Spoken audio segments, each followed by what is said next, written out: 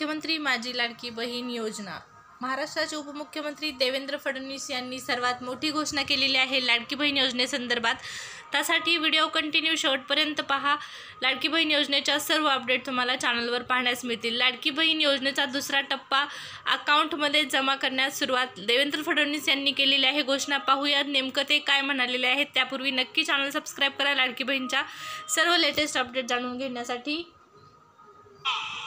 आपल्या नागपूरमध्ये 50 लाख खात्यांमध्ये पैसा डिपॉझिट करून आपण सुरू केलेला आहे आणि आता जवळजवळ 1,60,00,000 आमच्या भगिनींच्या खात्यामध्ये 3,000 रुपये महाराष्ट्र सरकारने त्या ठिकाणी जमा केलेले आहेत। ही योजना सुरू झाली, अजित दादा म्हणाले खरं आहे, ही योजना सुरू झाली त्यावेळेस ही योजना होऊ शकत नाही, कोणाच्या खात्यात पैसे जाणार नाही, 10% महिलांनाही पैसे मिळणार नाही, अशा प्रकारची वल्गना काँग्रेसचे महाविकास आघाडीचे नेते करत होते। त्या नेत्यांना माझं आव्हान आहे, अरे आमच्या बहिणींना विचारा, त्यांच्या खात्यामध्ये पैसे पोचलेले आहेत।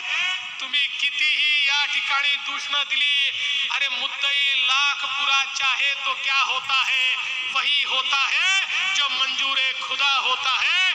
आमच्या बहिणींना आम्ही सांगितलं आणि त्यांच्या खात्यामध्ये ते पैसे पोचवले। पण लाडक्या बहिणींनो, मला तुम्हाला सवाल विचारायचा आहे, मला सांगा, आम्ही या ठिकाणी लाडकी बहीण योजना आणली, काही चूक केलं का? सांगा, ही योजना सुरू ठेवायची आहे ना, लाडकी बहीण योजना सुरू ठेवायची। आमच्या मुलींना मोफत शिक्षण आपण दिलं, ती योजना सुरू ठेवायची।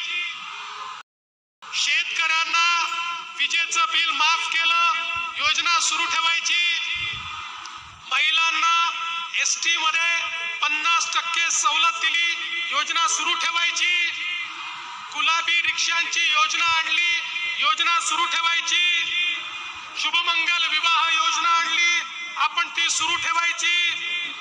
या ठिकाणी पुण्यश्लोक अहिल्यादेवी स्टार्टअप योजना आणली, ती आपण सुरू ठेवायची।